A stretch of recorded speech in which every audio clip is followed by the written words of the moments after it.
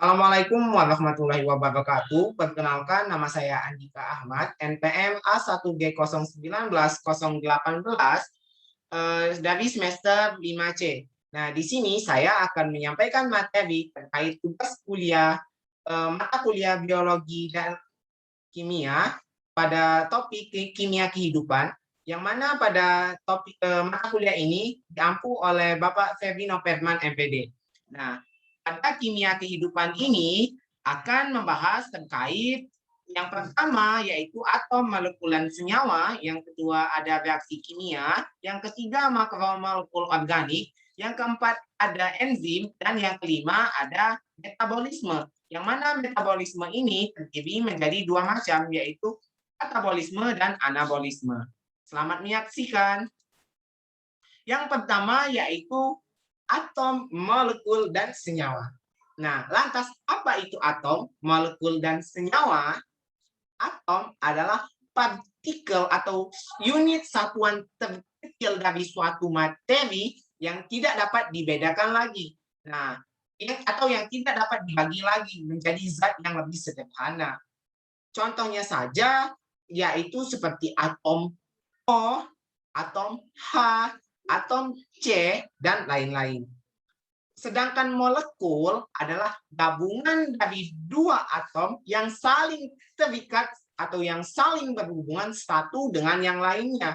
Nah, di dalam molekul ini sendiri terbagi menjadi dua macam, yaitu satu molekul unsur, yang mana molekul unsur sendiri merupakan dua buah atom yang berkaitan satu dengan yang lainnya, yang mana atom atau unsur tersebut merupakan unsur yang sejenis, seperti yang terjadi pada O2, atom O atau unsur O yang mengikat unsur O yang satu lagi, ya, sehingga dinamakan molekul unsur. Yang kedua yaitu molekul senyawa. Nah, molekul senyawa ini merupakan salah satu bagian dari senyawa. Kenapa? Karena pada senyawa ini merupakan gabungan dari dua atom atau dua unsur atau lebih yang saling berikatan satu dengan yang lainnya, seperti yang terjadi pada H2O atau yang dikenal dengan air. Ada dua unsur yang terdapat di dalam H2O, yaitu unsur H dan unsur O yang saling terikat satu dengan yang lainnya, seperti itu. Jadi dari sini sudah jelas bahwa atom, molekul, dan senyawa saling berkaitan satu dengan yang lainnya, sehingga akan terjadi suatu reaksi yang ada di slide selanjutnya. Nah, adanya hubungan antara atom, senyawa, dan molekul ini membentuk sebuah reaksi yang dinamakan reaksi kimia. Reaksi kimia merupakan proses perubahan kimia dari zat-zat yang bereaksi menjadi zat-zat hasil reaksi. Jadi dari sini bahwa reaksi kimia merupakan lebih ditekankan kepada proses seperti itu. Lantas apa aja sih yang menjadi syarat atau proses terjadinya reaksi kimia? Reaksi kimia sebenarnya dapat terjadi atau melalui beberapa syarat. Yang pertama yaitu adanya tumbukan. Nah, adanya tumbukan ini dihasilkan karena adanya reaksi dari dua unsur atau dua senyawa yang saling bereaksi satu dengan yang lain sehingga membentuk suatu tumbukan. Tumbukan yang mana tumbukan ini terbagi menjadi dua macam, yaitu tumbukan efektif dan tumbukan tidak efektif. Yang kedua yang menjadi syarat terjadinya reaksi kimia adanya energi. Nah, energi ini merupakan salah satu hal yang memproses terjadinya reaksi kimia. Yang ketiga yaitu adanya faktor-faktor lainnya seperti suhu atau temperatur, terus ada juga konsentrasi, dan lain-lain. Sehingga bisa kita contohkan bahwa reaksi kimia yang terjadi seperti kita simak pada slide, yaitu yang terjadi pada atom karbon yang direaksikan dengan O2 akan menghasilkan CO2. Nah, proses mengikat antara atom karbon dengan O2 inilah seperti pada gambar ini, atom C yang mengikat atom O, dan O. Jadi C mengikat dua atom O. Sehingga C plus O2 atau karbon yang direaksikan dengan O2 ini merupakan reaktan atau zat reaksi. Sehingga menghasilkan CO2 yang merupakan produk atau hasil reaksi. Selanjutnya yaitu makromolekul organik. Secara umum, makromolekul dapat diartikan sebagai kumpul atau komponen atau kumpulan dari beberapa atom yang membentuk suatu molekul. Nah, di dalam kimia kehidupan, atau di dalam kehidupan manusia, makromolekul terdiri atas 4 jenis. Yang pertama yaitu karbohidrat, yang kedua lemak, yang ketiga protein, dan yang keempat asam nukleat. Pertama yaitu karbohidrat yang merupakan bagian dari makromolekul organik, maksudnya yang mana memiliki fungsi penerimaan yaitu sebagai cadangan atau energi jangka pendek yang dibutuhkan oleh manusia. Nah, secara struktur karbohidrat sendiri terbagi menjadi tiga bagian. Yang pertama yaitu struktur rantai terbuka, yang kedua yaitu struktur hemiasetal, dan yang ketiga yaitu struktur Cohen. Nah, di samping itu juga karbohidrat juga dibagi lagi menjadi beberapa bagian, teman-teman. Yang pertama yaitu monosakarida, mono yang artinya satu, dan sakarida yaitu gugus gula. Jadi monosakarida adalah yang tersusun menjadi dari satu gugus gula, yang mana di dalam monosakarida ini dikelompokkan lagi menjadi glukosa, galaktosa. Ada 3 yang tergolong ke dalam monosakarida. Yang kedua yaitu disakarida, seperti sama halnya dengan monosakarida tadi, yang arti 2, dan sakarida yaitu gugus gula. Berarti di sakarida terdapat 2 gugus gula yang menyusun terbentuknya disakarida ini, teman-teman. Jadi di dalam sakarida terdapat 3 komponen kembali, yaitu sukrosa, maltosa, dan laktosa. Yang mana ketiga komponen ini terbentuk atau mengandung kandungan monosakarida yang terdapat pada satu gugus gula. Dan yang ketiga yaitu polisakarida. Poli yang artinya banyak, dan sakarida yaitu gugus gula yang artinya banyak gugus gula, seperti itu, teman-teman. Jadi polisakarida ini disusun lebih dari 2 gugus gula, baik itu gugus gula monosakarida ataupun disakarida, teman-teman. Selanjutnya, adanya glukosa dengan enzim zinase membentuk lagi di dalam karbohidrat seperti glikogen, terus juga ada selulosa, dan yang ketiga juga ada fungsinya tentunya. Fungsi dari karbohidrat itu sendiri sebagai sumber energi, yang contohnya seperti beras, jagung, protein, sagu, dan lainnya. Yang kedua yaitu lemak. Nah, kita ketahui dulu bahwa lemak merupakan salah satu sumber energi yang dibutuhkan oleh tubuh manusia, teman-teman. Contohnya seperti alpukat, daging, dan sebagainya. Di samping itu juga lemak dikelompokkan lagi menjadi beberapa bagian. Yang pertama yaitu asam lemak. Nah, asam lemak ini dibagi lagi menjadi 2 kelompok, teman-teman. Asam lemak jenuh dan lemak tak jenuh. Yang kedua ada gliserida, yang ketiga ada lipid kompleks, dan yang keempat ada non gliserida. Nah, yang pertama yaitu kita bahas ke lemak jenuh. Nah, lemak jenuh ini, teman-teman, merupakan lemak yang mudah dikenali karena bentuknya yang padat gitu. Jadi lemak jenuh ini biasanya harus diperhatikan, teman-teman, karena bisa menyebabkan penyakit. Kenapa? Karena pada lemak ini bisa membuat penggumpalan pada darah, sehingga pada darah di peredaran darah, sehingga apabila darah tersebut tersumbat maka akan menyebabkan sakit yang dialami oleh orang tersebut. Yang kedua yaitu lemak tak jenuh. Lemak tak jenuh ini juga bisa mudah kita kenali, teman-teman, yang mana pada sifatnya lemak tak jenuh ini bersifat cair yang bisa ditemukan seperti pada alpukat, pada susu, kedelai, minyak wijen, dan sebagainya, teman-teman. Yang ketiga yaitu protein. Nah, protein ini pada dasarnya juga merupakan sumber di dalam kehidupan manusia, teman-teman, yang dibutuhkan oleh tubuh. Protein ini contohnya seperti tahu, tempe, ikan, daging, telur, dan sebagainya, teman-teman. Yang mana ada sesuai dengan strukturnya, protein dibagi menjadi 4. Yang pertama yaitu protein primer, yang kedua struktur protein sekunder, yang ketiga yaitu tersier, dan yang keempat adalah kuartenan. Dan yang terakhir yaitu asam lemak. Nah, asam lemak ini merupakan salah satu bagian dari makromolecular organik, teman-teman. Yang mana di dalam asam lemak terkandung DNA dan RNA. Nah, DNA ini mengandung gen atau informasi yang mengatur sintesis protein dan RNA. DNA ini sendiri mengandung bagian-bagian yang menentukan pengaturan ekspresi pada gen. Begitu juga dengan RNA. Nah, pada DNA ini sendiri, teman-teman, tentunya memiliki beberapa gugus gula atau yang disebut dengan gula deoksiribosa, yang mana pada DNA ini tersusun dari basa nitrogen seperti guanin, sitosin, timin, dan adenin, serta memiliki rantai helix ganda sebagai antiparalel. Dan perlu kita garis bawahi bersama, teman-teman, bahwa guanin selalu berpasangan dengan sitosin, sedangkan adenin selalu berpasangan dengan timin yang jumlahnya sama pada DNA.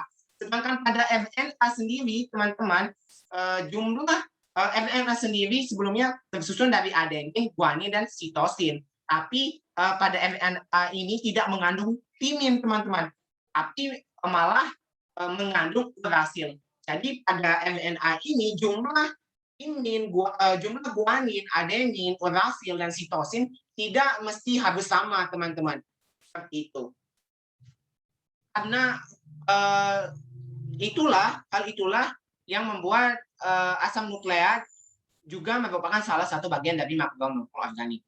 Selanjutnya yaitu enzim. Apa saja sih yang menyusun sistem kerja enzim, yang menyusun enzim di dalam kehidupan? Nah, perlu kita ketahui, teman-teman, bahwa enzim merupakan biokatalisator dalam semua sistem kehidupan manusia yang berperan penting dalam reaksi biokimia yang berlangsung di dalam sel hidup mikroorganisme, tumbuhan, hewan, bahkan manusia, teman-teman.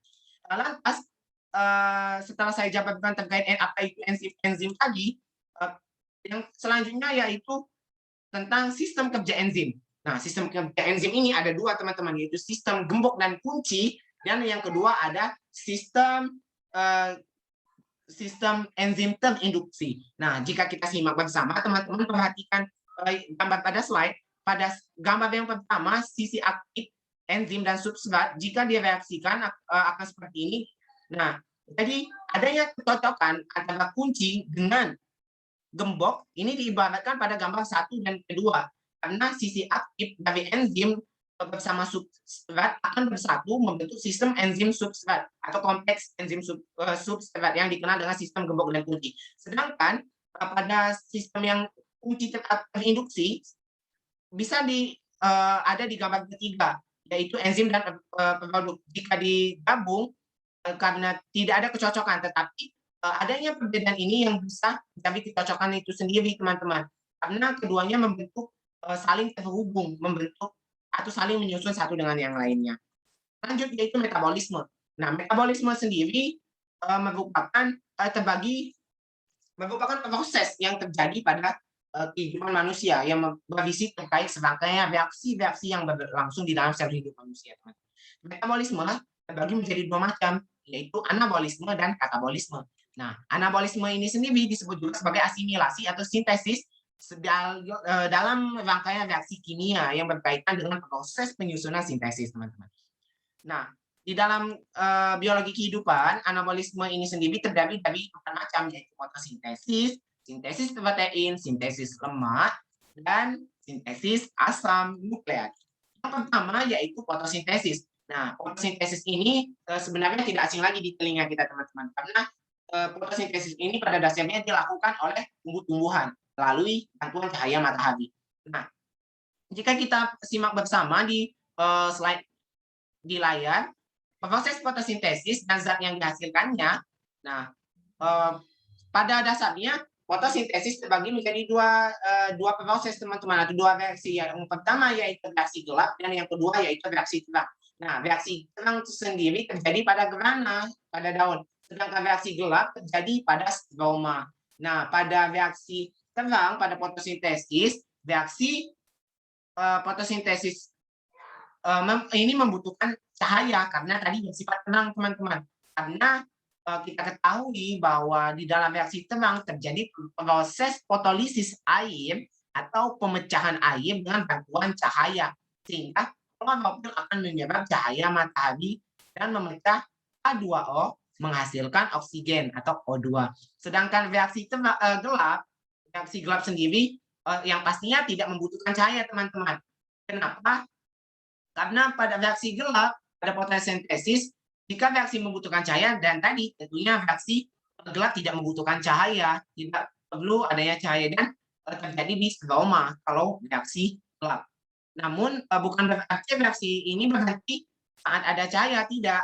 Akan tetapi pada reaksi gelap terjadi proses di mana ada namanya siklus Kelvin yang tersusun dalam reaksi tersebut, teman-teman. Lantas jika kita kembali ke slide, bahwa di sini adanya air yang diserap oleh akar naik ke daun sehingga melalui adanya bantuan cahaya matahari, air pada daun yang pada klorofil bereaksi dengan CO2 ditambah dengan energi yang saling bereaksi sehingga menghasilkan oksigen dan O2 atau oksigen atau O2 dan gula.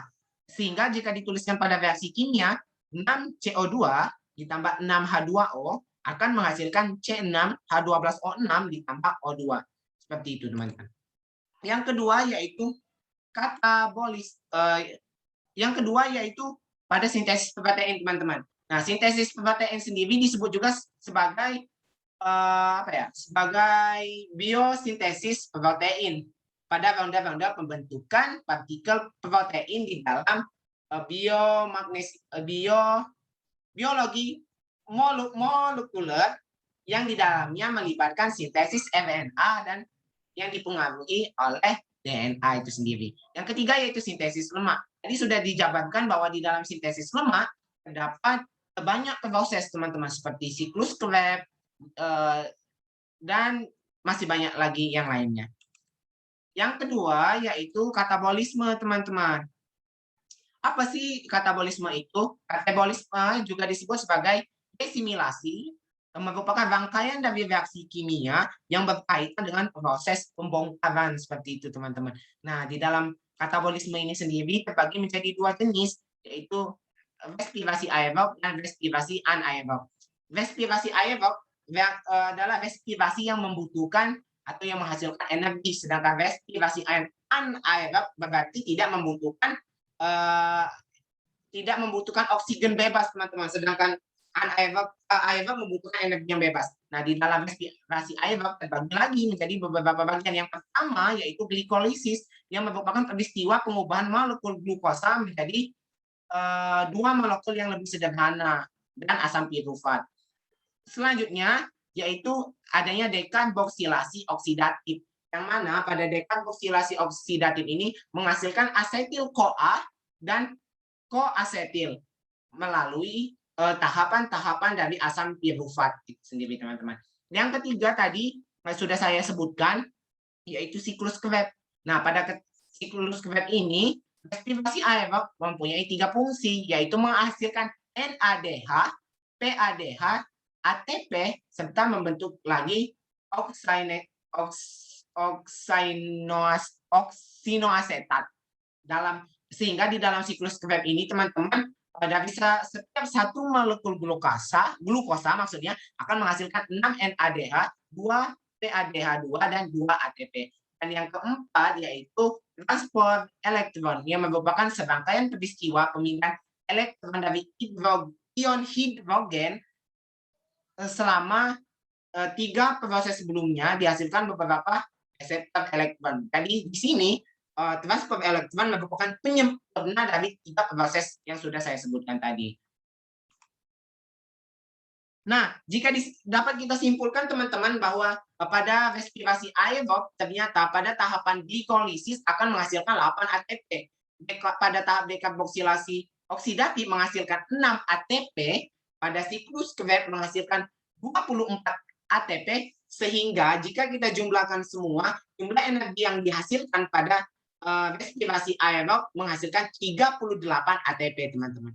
Yang kedua yaitu respirasi anaerob. tadi sudah dijelaskan bahwa respirasi anaerob ini sendiri reaksi respirasi yang tidak membutuhkan oksigen bebas. Nah, contohnya dalam kehidupan sehari-hari yaitu fermentasi.